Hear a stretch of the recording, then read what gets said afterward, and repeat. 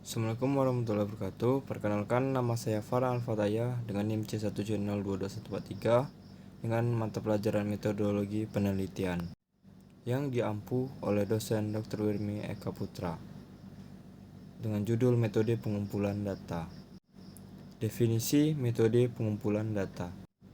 Metode pengumpulan data merupakan langkah yang paling utama dalam proses penelitian, karena tujuan utama dari penelitian adalah mendapatkan data. Metode pengumpulan data yang diperlukan di sini adalah metode pengumpulan data mana yang paling tepat sehingga benar-benar didapat yang valid dan reliable.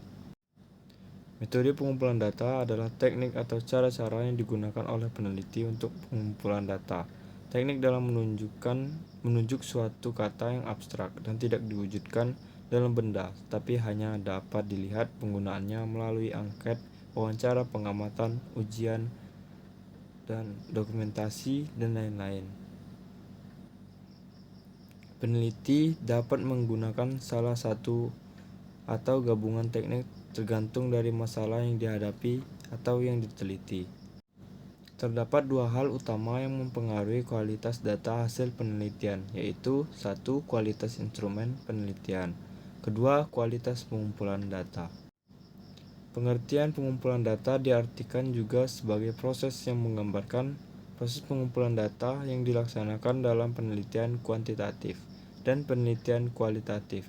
Pengumpulan data dapat dimaknai juga sebagai kegiatan peneliti dalam upaya mengumpulkan sejumlah data lapangan yang diperlukan untuk menjawab pertanyaan penelitian, atau untuk penelitian kualitatif, atau menguji hipotesis, atau untuk penelitian kuantitatif.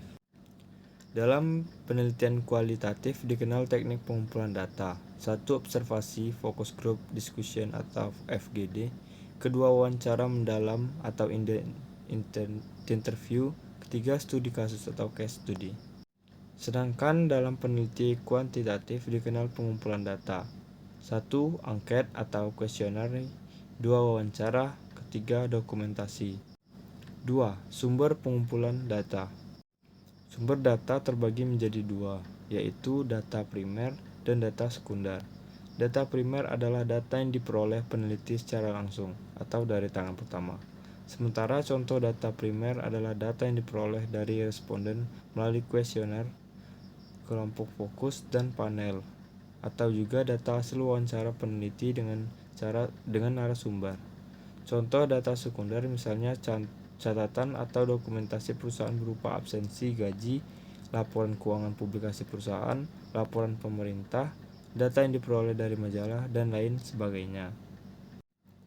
Adapun teknik pengumpulan data yang biasa digunakan, yaitu 1. Observasi. Observasi adalah dasar semua ilmu pengetahuan.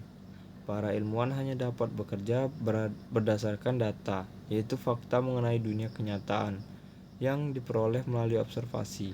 Data itu dikumpulkan dan sering dengan bantuan berbagai alat yang sangat canggih, sehingga benda-benda yang sangat kecil,